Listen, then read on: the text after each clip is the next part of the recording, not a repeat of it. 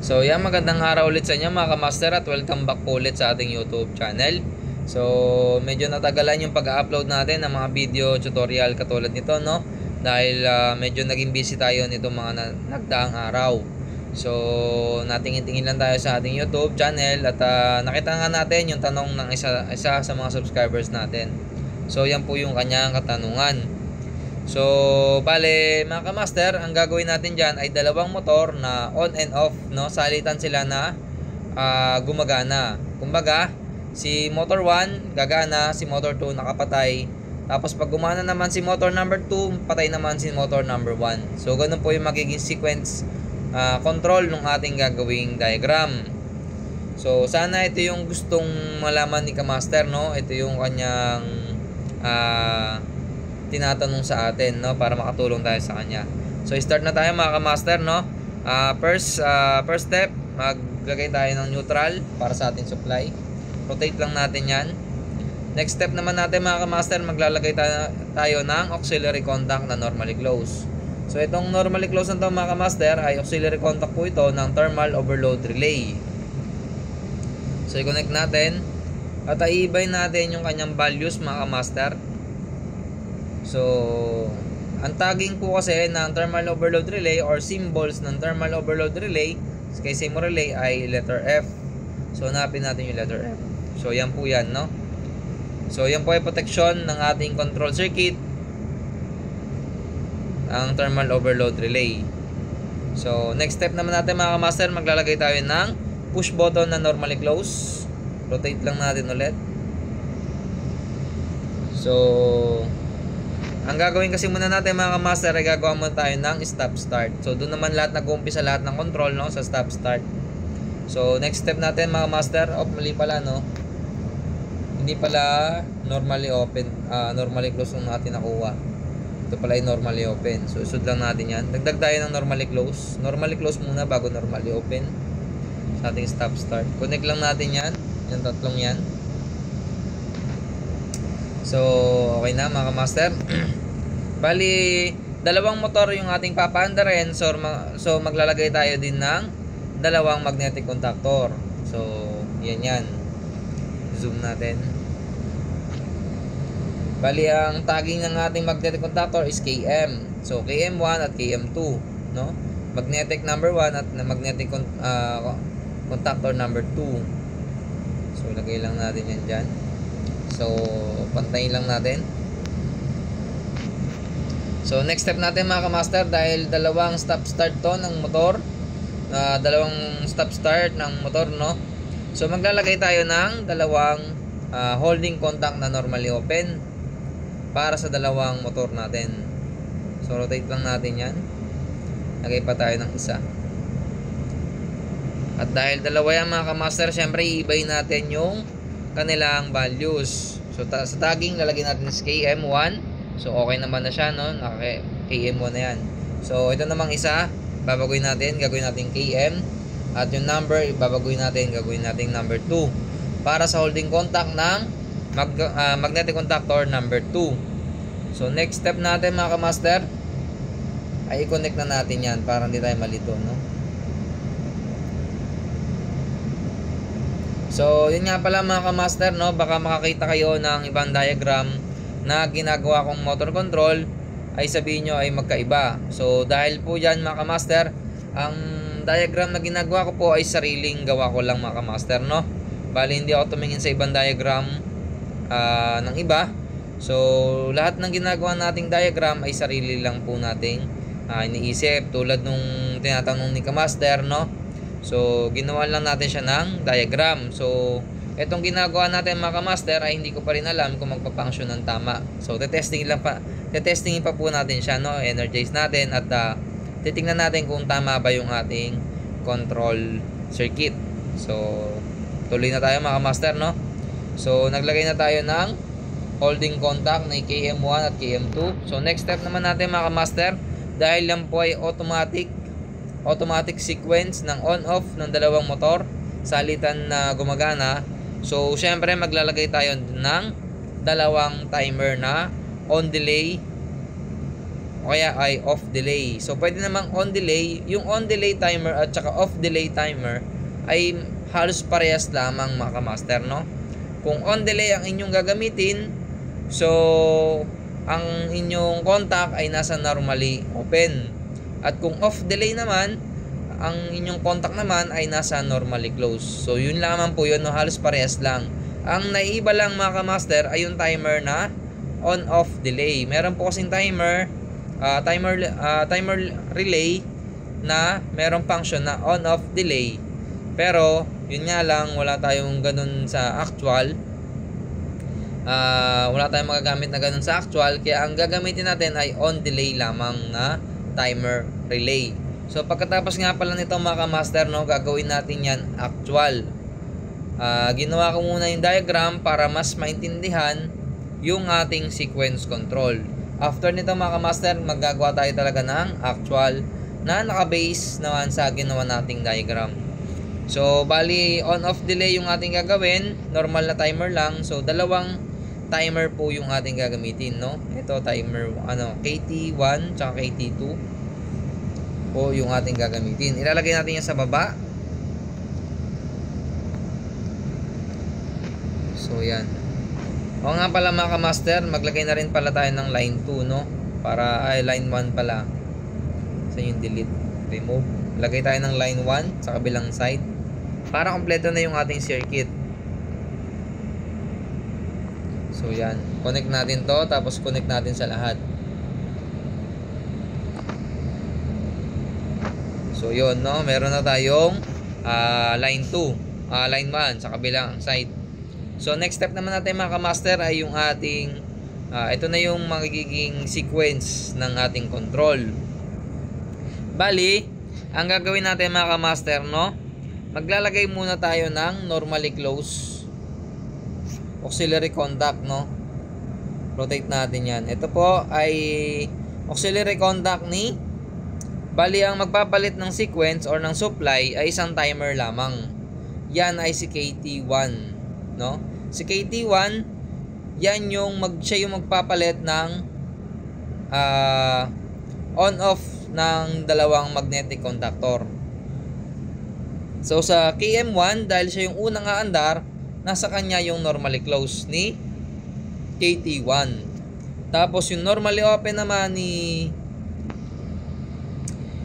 KT1 ay naka magnetic number 2. Magnetic contactor number 2. So i-connect na natin yan mga kamaster, no. So para pag start pa lamang ay aandar na kaagad yan kasi nasa normally close ni KT1 si KM1. So sana hindi kayo nalilito ng mga kamaster. At itong mga holding contact mga kamaster, pwede na po natin yan i-connect, no. Connect lang natin yan dyan. At i-connect na rin natin dito. So yan, pwede na po yan, no mga kamaster. So ito rin mga kamaster, i-connect lang natin to dito. So next step natin mga kamaster, dahil buo na or may supply na yung ating KM1 at KM2, so paano ba natin papatayin or i-reset si KT1? So dyan na papasok si KT2, no, yung timer number 2. So si KT2, maglalagay tayo ng normally auxiliary contact na KT2 sa tapat ni KT1. So yan. So ibayin na natin yung values nito, no. Gawin na natin values sa tag, ilagay natin ay KT1. So yan, KT1 na yan. Values, lagay natin ay KT1 din to. So yan. Ito naman, normally close ay KT2 naman to, no. Oops, sorry, stop muna natin yan. Values, nagkamali tayo ng pindot. Up, KT. Lagay natin ay KT2. So yan, KT2 na po yan mga kamaster, no. Tapos sa KT2 naman mga kamaster ay maglalagay tayo ng auxiliary contact ni KM2. Tama ba? Pag energize ni KM2, so normally close yung kanyang normally open at bubuhayin si KT2. At si KT2 naman mga kamaster ay i-open niya yung circuit ni KT1. So tama naman. Mukhang tama naman. Tama ba? So Ibayin natin values nito. Gawin natin na KM2. KM2.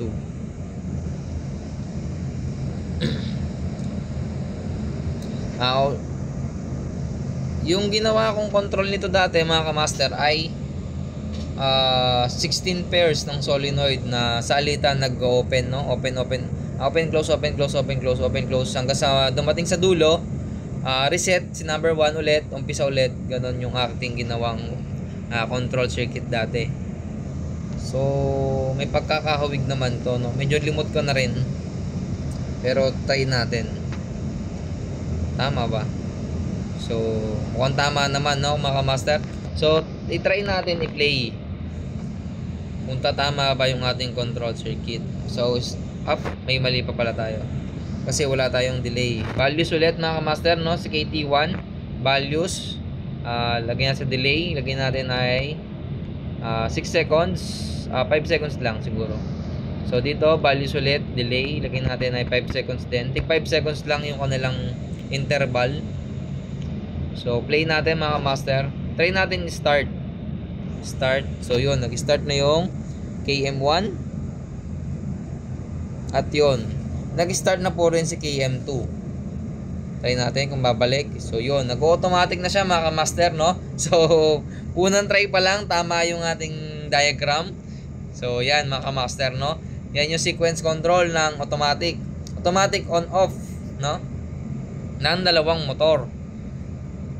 So yun, makikita nyo mga kamaster, si KM1 at si KM2 ay nagpapalitan sila, no? So yun, natuwa naman ako bigla at tama yung ating diagram. So stop muna natin mga kamaster at lalagyan natin siya ng power circuit. So maglagay tayo ng 3 phase, line 1, line 2, line 3.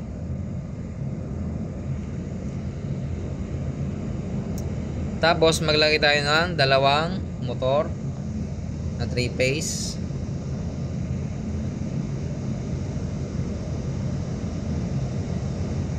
Tapos maglagay tayo ng dalawang magnetic contactor. Nasaan yung contactor dito?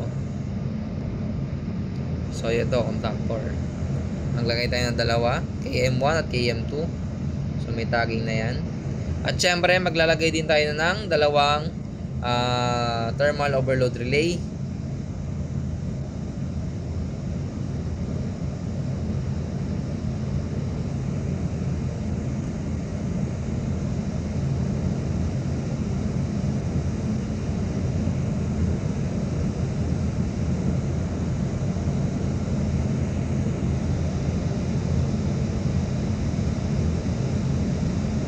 So pantayin lang natin para maganda.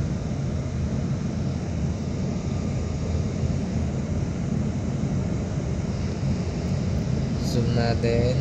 Oops, ayaw ah. Oops, ayaw mo connect ah. Oops. Dito mga kamaster, lagi yung function ng dalawang motor ay gagawin muna nating parehas forward, no? Pwede naman yan forward reverse. Yung isa naka forward, yung isa naman naka reverse. Pero yung gagawin natin ay parehas naka forward. So wala tayong ibahin sa power circuit. As is yung ating ginagawa, no? So mahirap siyang i-connect. Sa kabila tayo.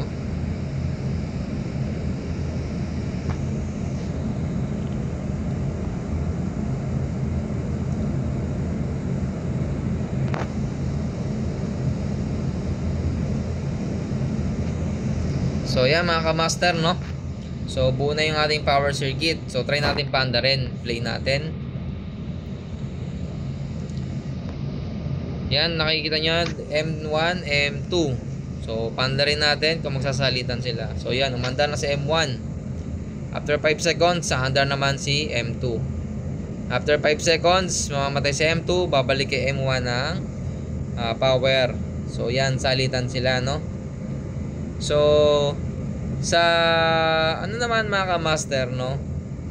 Pwede naman nating, kung example ay ito ay tangke ng tubig.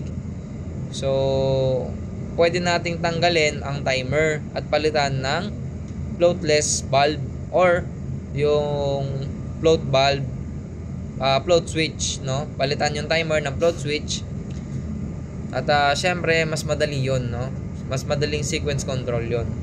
Kasi rekta-rekta na yun sa control circuit pagka sensor ang inyong ginamit. Or limit switch ang inyong ginamit. Pero kung timer ang inyong gagamitin, so yon, medyo makomplikado nga ito. Marami-raming wire to, no? Kung mapapansin nyo mga master, yan, nagpapalitan na sila ng power. So yan, energize M1. After 5 seconds, M2 naman. After 5 seconds, M1 naman. So, nagbibilang yung ating timer, no? Ayan, no? Kung makikita nyo mga kamaster, nagbibilang yan. Next naman. Sa galaw naman ng ating auxiliary contact, mga kamaster, so yan po yung mga nagiging galawan nila, no? So, yan, nagkasalitan sila para patayin si M1 at buhayin si M2. So, yun. So, kailangan natin sa circuit na to ay dalawang timer. On timer or off delay timer, no? Pero kung meron kayong on-off delay timer, so mas maganda yon, mas kaunti yung wire na inyong magagamit dyan. So yan mga kamaster, no, yung ating diagram. So itong diagram na to mga kamaster ay gagayahin natin at ilalagay natin sa papel para mamaya yung actual naman yung ating gagawin, no? So yon. Kung nasundan nyo mga kamaster, maraming salamat sa panonood sa ating video tutorial. So abangan nyo, i-upload ko rin yung actual nito, no? So gagawin ko na rin siya ngayon kasi wala naman tayo masyadong ginagawa. So start na natin. So yan po yung ating diagram mga kamaster, no? Basic na basic lamang yan. At kayang-kaya nyo rin yan mga kamaster. So maraming salamat po ulit. At sana ipatuloy nyo suportahan yung ating channel. So hanggang dito na lang mga kamaster. Thank you po.